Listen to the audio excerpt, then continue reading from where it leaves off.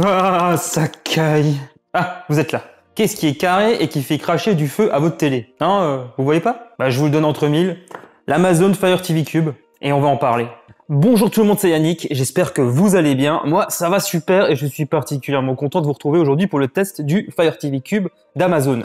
Ce produit a été lancé tout juste la semaine dernière. J'en ai parlé lors d'une vidéo. Donc ces prochains jours, même ces prochaines semaines, je vais tester plusieurs des produits qui ont été lancés. Je commence aujourd'hui par celui-ci. Mais avant d'aller plus loin, si vous ne me connaissez pas, moi c'est Yannick et sur ma chaîne on parle de tech, de tests, de news, de leaks, de plein d'autres choses. Si tout ça vous intéresse, vous savez ce qu'il vous reste à faire, vous abonner à ma chaîne YouTube et activer la petite cloche pour être prévenu de la publication de mes futures vidéos.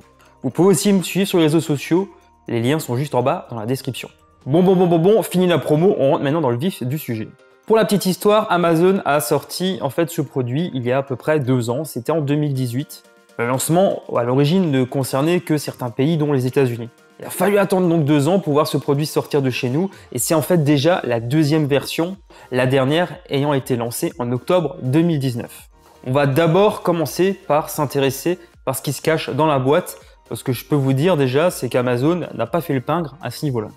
Alors dans la boîte, en plus du fameux cube, on y retrouve également bien entendu son adaptateur secteur, une télécommande sur laquelle je vais revenir un peu plus tard, un déport infrarouge qui va vous servir notamment à commander à distance une télévision pour l'allumer ou l'éteindre par exemple, si celle-ci n'est pas connectée. Je trouve ça plutôt pratique d'avoir pensé justement à ajouter ce genre d'accessoire. Et enfin, un petit adaptateur micro USB Ethernet, très pratique si l'on ne souhaite pas utiliser le Wi-Fi. Je vais à présent vous dire quelques mots concernant le design de ce cube. Alors on va vite faire le tour du propriétaire. Tout d'abord, quelles sont ses dimensions? Je vous affiche tout à l'écran. Après, comme son nom l'indique, c'est un cube, on va pas y échapper. On y retrouve sur le dessus 8 micros, pas moins, qui garantissent en fait une bonne qualité d'écoute à Alexa qui est donc intégrée à ce cube.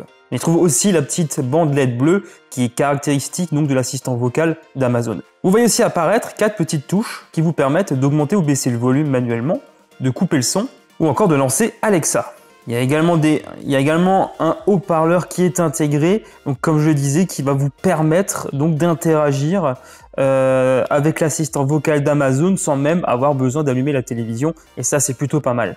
Ça peut également permettre ainsi de remplacer une enceinte Echo que l'on aurait installée à proximité de la télévision. En termes de connectique, à l'arrière, on retrouve un port micro USB, un port infrarouge, le port HDMI, ainsi que le port d'alimentation. J'en profite également pour dire que Amazon ne fournit pas de câble HDMI comme on a pu le voir lors du unboxing. Donc voilà, là on a fait le tour du propriétaire concernant le cube. On retrouve également une petite télécommande qui pèse quand même un petit peu son poids. Avec les piles, je crois que ça pèse à peu près 70 grammes. Donc au niveau de la télécommande, on retrouve un petit micro qui est situé juste ici, le bouton pour allumer et éteindre la box, le bouton pour activer le micro, ici les touches multidirectionnelles avec au milieu un bouton pour valider une action, pour lancer une application par exemple, le bouton retour, le bouton pour retourner sur la page d'accueil, un bouton menu, avancer, reculer, lecture, pause, augmenter ou baisser le volume ou encore couper le son. Somme, bon, ça reste assez traditionnel au niveau du fonctionnement. La télécommande en fait est appairée au cube en Bluetooth. En termes de matériaux, donc on y retrouve principalement, c'est que du plastique, que ce soit le cube ou encore la télécommande.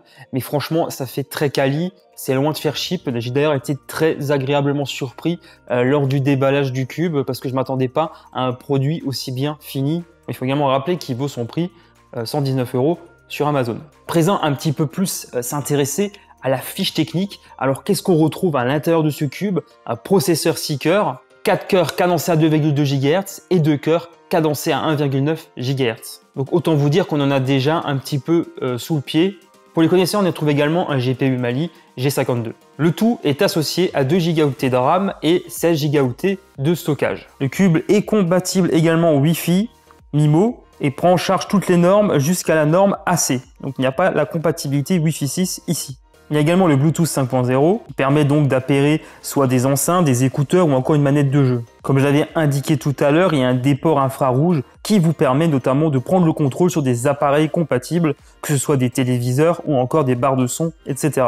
Le Cube se montre également compatible Dolby Atmos pour le son, mais également Dolby Vision, HDR10 et 10+, pour la partie vidéo. Le Cube est également compatible 4K Ultra HD jusqu'à 60 fps. C'est pas pour vous, mais je trouve que la fiche technique est particulièrement alléchante. Justement, hâte de voir ce dont dispose ce Cube dans le ventre, voir ce dont il est capable. J'ai aussi hâte de vous parler un peu de l'interface Fire TV donc qu'Amazon a développé pour ce produit. Bon, après c'est la même interface qui est également disponible sur les sticks. J'aurai d'ailleurs l'occasion d'en reparler un peu plus tard. Maintenant qu'on a parlé du design, de la fiche technique, on va maintenant lancer le Cube pour la première fois. Alors bon, au niveau du lancement, c'est vraiment tout ce qu'il y a de plus basique.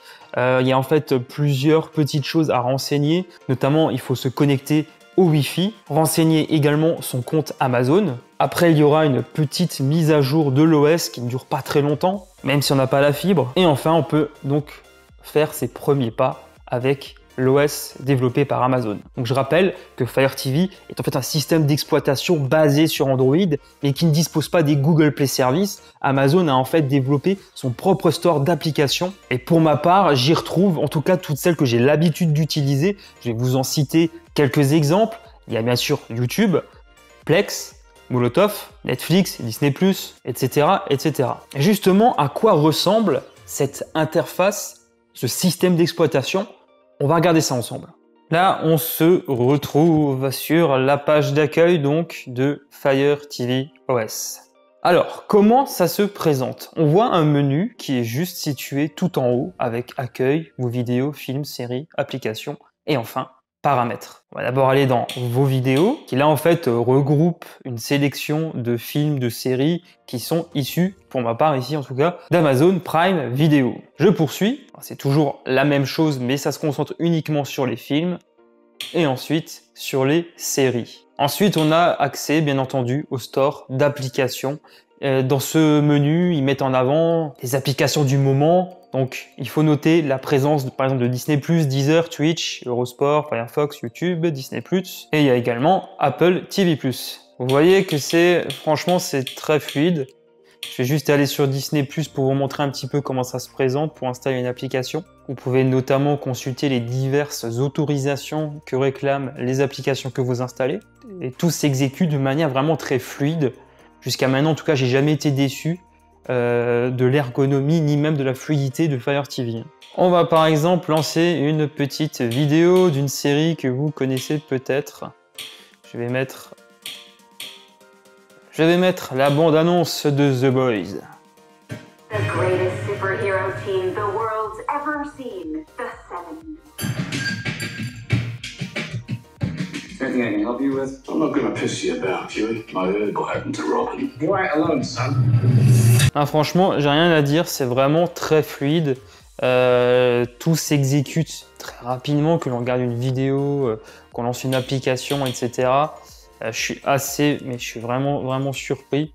Après, je m'y attendais quand même un petit peu. Faut quand même dire qu'il en a sous le capot, ce petit cube. Et Amazon a vraiment bien optimisé son OS. Je vais juste couper le son pour pas être dérangé par les bruits des clics. Alors, on va aller dans paramètres. Là, vous avez accès en fait aux notifications, aux réglages qui concernent la partie réseau, Wi-Fi, etc. L'affichage et le son. Donc, vous pouvez mettre un économiseur d'écran, etc. Contrôler les paramètres également de certaines applications, comme Amazon Photo par exemple, encore l'App Store. Gérer les divers contrôles des équipements. Accéder à quelques réglages qui concernent soit la télécommande ou encore d'autres appareils Bluetooth, comme je l'avais annoncé avant. On peut par exemple y connecter des manettes de jeu. On peut aussi configurer un petit peu Alexa. Les préférences, que ce soit le contrôle parental, les paramètres de confidentialité, etc. Changer la langue. On peut même accéder aux options pour les développeurs. On peut également gérer l'accessibilité qui est également présente donc dans les options. Accéder à une rubrique d'aide ou encore gérer votre compte. Franchement, au niveau de l'interface, ça reste assez intuitif, tout est vraiment sous forme de tuiles, c'est assez explicite, que ce soit donc les choses récentes qu'on a exécutées sur le cube, donc il y a un système de recommandation, Il y a également donc accès directement aux applications, vraiment pour tous les goûts et toutes les couleurs. Là par exemple, il y a quelques petits éléments d'interface qui sont personnalisables. Lorsque j'appuie sur le petit bouton menu qui est situé à droite de la télécommande, bah, je peux par exemple déplacer la tuile, voilà comme ça, et je peux la placer où j'en ai envie. Donc là je vais le laisser devant pour l'instant, je retourne juste en arrière. Après franchement il n'y a pas grand chose à dire au niveau de l'interface, je trouve en tout cas que c'est très simple d'utilisation, on va vraiment à l'essentiel, ils ont limité au maximum les interactions nécessaires pour accéder à un service. Exactement la même philosophie que l'on retrouve sur Android TV. Je trouve d'ailleurs que les deux écosystèmes se ressemblent. J'ai l'habitude, moi en tout cas, d'utiliser la Nvidia Shield TV tous les jours. Et je suis pas franchement dépaysé en utilisant le cube d'Amazon. J'avais quelques réticences au départ, notamment au sujet du store. J'avais peur en fait qu'il y ait moins de choses présentes dessus que sur le Google Play Store. Mais en tout cas, moi, pour mon usage personnel, je retrouve toutes les applications que j'ai l'habitude d'utiliser. Voilà, donc là, je pense que j'ai fait le tour du système d'exploitation. N'hésitez pas, si vous avez des questions à me poser dans les commentaires, je me ferai un plaisir de vous répondre. J'en profite également pour signaler qu'avant la fin de l'année, Amazon va proposer en fait une refonte de son interface télévisuelle. Grosso modo, en fait, les menus vont être déplacés au milieu de l'écran. Alexa sera davantage mise en avant au sein de l'OS. Alexa, qui est le plus beau? Ne dit-on pas que la beauté est dans les yeux de celui ou celle qui regarde? Donc là, je teste d'un peu plus loin. À peu près à 5 mètres, là, 5-6 mètres. Alexa, que penses-tu de Siri? J'aime toutes les intelligences artificielles. Alexa, c'est qui le meilleur, toi ou Google Assistant? J'aime toutes les intelligences artificielles. Alexa, fais-moi rire, raconte-moi une blague. Monsieur et Madame Golan ont un fils. Comment s'appelle-t-il? Il s'appelle Henri, car Henri Golan. Voilà, donc là vous avez également pu constater que le cube est également totalement autonome. Donc il y a bien sûr donc les 8 micros dont j'ai parlé avant, ainsi qu'un haut-parleur qui permettent donc de communiquer même lorsque la télévision est éteinte, et ça c'est franchement pas mal.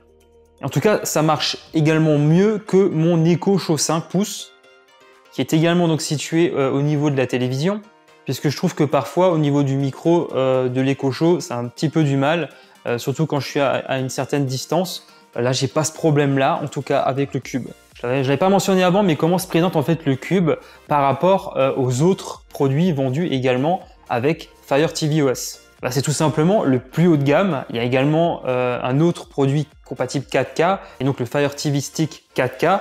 Il existe déjà depuis un bon moment. Il y a également deux autres modèles de stick Full HD, un modèle standard et un modèle Lite. D'ailleurs, l'occasion de revenir là-dessus très bientôt. Donc à qui se destine en fait le cube? Tout simplement aux personnes qui disposent d'un téléviseur compatible 4K de préférence, et qui souhaitent également renforcer leur expérience avec Alexa sans avoir besoin de s'embêter avec une enceinte supplémentaire située à proximité de la télé. En termes d'interface, d'ergonomie, de fluidité, j'ai vraiment rien à redire. Franchement, ce cube m'a totalement convaincu. Naturellement, il faut également avoir une certaine sensibilité au niveau de l'écosystème, de l'univers Amazon et Alexa pour justement pouvoir profiter pleinement de ces appareils. Ainsi s'achève cette vidéo, j'espère qu'elle vous a plu. N'hésitez pas à lâcher un gros pouce en l'air pour me soutenir et abonnez-vous si ce n'est pas encore fait en activant la petite cloche pour être prévenu de la publication de mes prochaines vidéos. Je suis également présent sur les réseaux sociaux, tous les liens sont juste en bas dans la description, au même titre que le lien pour acheter ce produit sur Amazon. Pour ma part, je vous retrouve très bientôt. D'ici là, portez-vous bien. Allez, ciao tout le monde.